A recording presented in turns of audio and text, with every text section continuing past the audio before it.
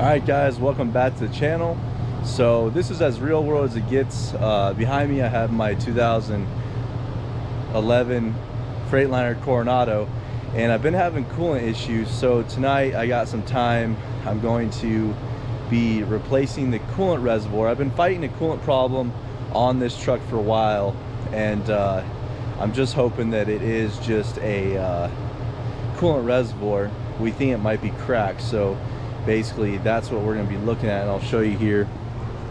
So right there we've got the coolant reservoir. We took the cap off and we're going to be replacing that on my 2011 Coronado.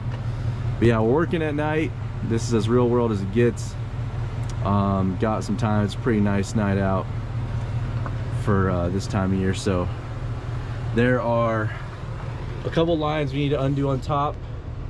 That line right there, and then there's a line over there we need to get undone. We need to undo the sensor, and then fish out this overflow line right here, right there. That leads down by the fan shroud, and then there's going to be two bolts, one over there, you can see one, and then this one right here, and there's one right there and one right there. So we'll start off by taking off the coolant lines on the top there. All right guys, so we got this line undone, also this one, and we're thinking the reservoir is cracked right there. You can see real close, try to get it to focus in.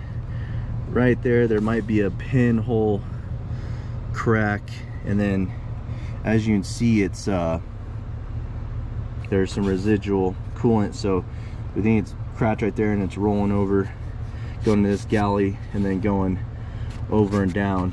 And why it's not coming on the ground is because once it goes through the fins on the radiator, if I can get a good, once it goes through the fins on the radiator, it just it's so hot that it just dries up, or it kind of filters itself out by the time it gets down to the bottom.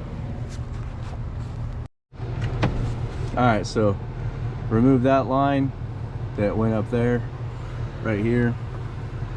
It goes through this little area right there, so we snaked it. If I can get it through there, so it snakes through right there, so we pulled that out. Alright, go ahead and we can get this wire that holds the sensor, so we'll go ahead and just snip these zip ties off. I don't know if this is original equipment or not, but you just put snip ties back. So we get that loosened up, pull those off, and then this guy should just pull down, and we'll get that next. But yeah, we'll just unplug the sensor, and then we'll be good to go.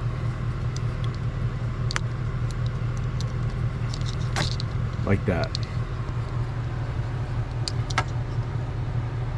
And next we'll undo this line, and then we'll start unbolting it.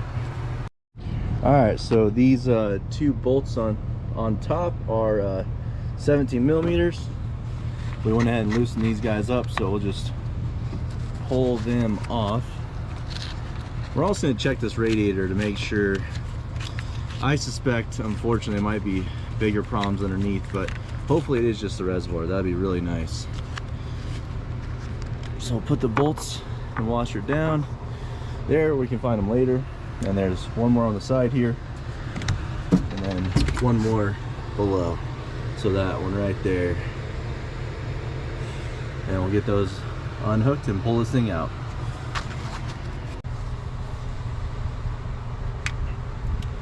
Alright, so we got all four bolts out. We're gonna pull this guy off, and it's gonna leak a little bit. Alright, so we got the reservoir removed. I'm gonna take a better look at this area right here. So I don't know. I'm kind of torn if it's actually where we're getting the coolant going, or if it's the actual radiator.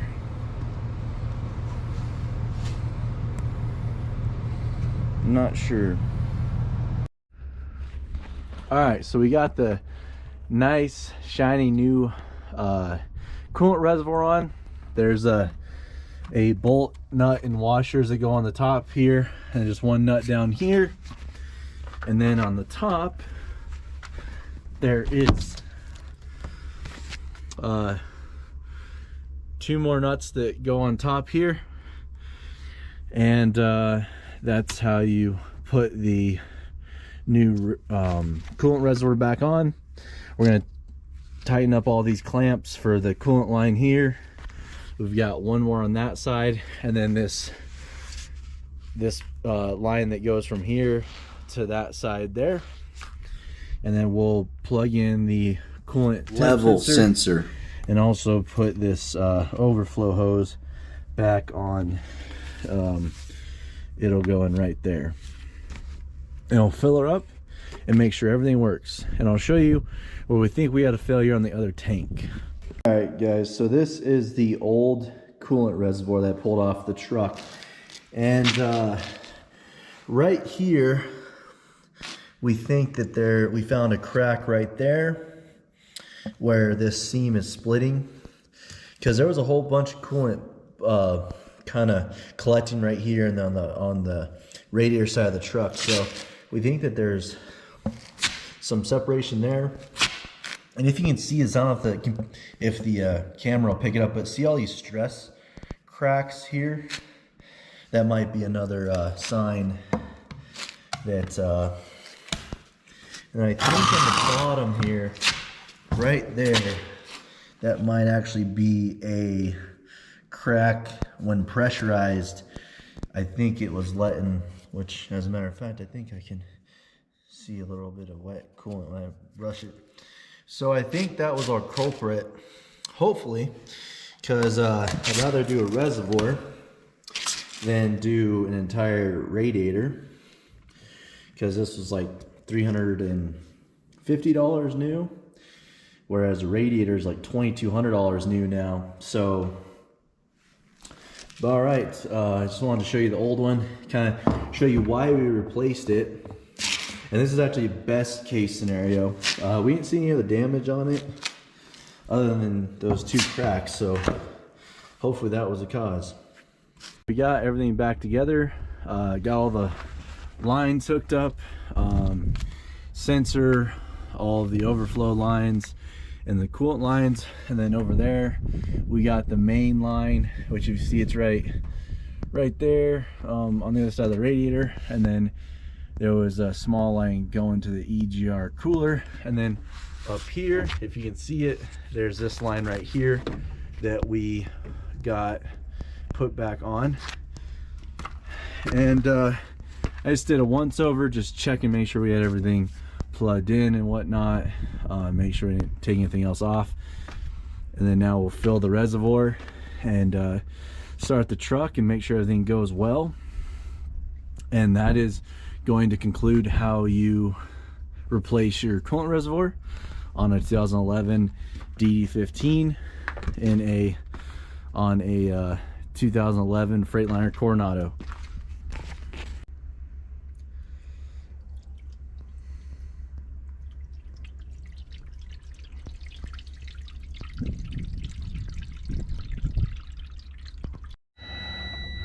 All right, so we're gonna start this thing and hopefully all goes well.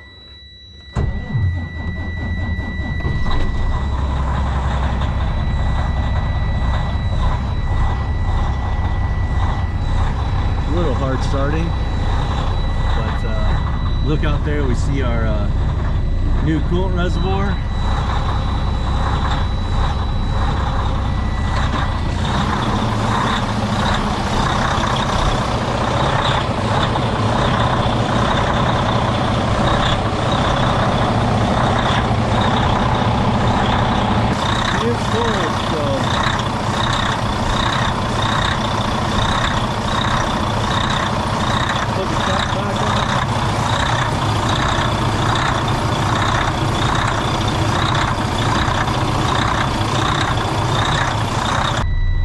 have been fighting coolant issues on this truck for a long time, so everything looks to be good. Hopefully we solved our issue, and we can not be adding coolant to this thing. Hopefully it was a reservoir. Hopefully we got lucky and it's not radiator, but I guess you guys will find out either way. In a couple days, if I release a radiator replacement video, you guys will know what happened. But if you don't see anything about a radiator, that means that this worked. All right guys, thanks for watching. Have a good one, and I'll see you on the next one.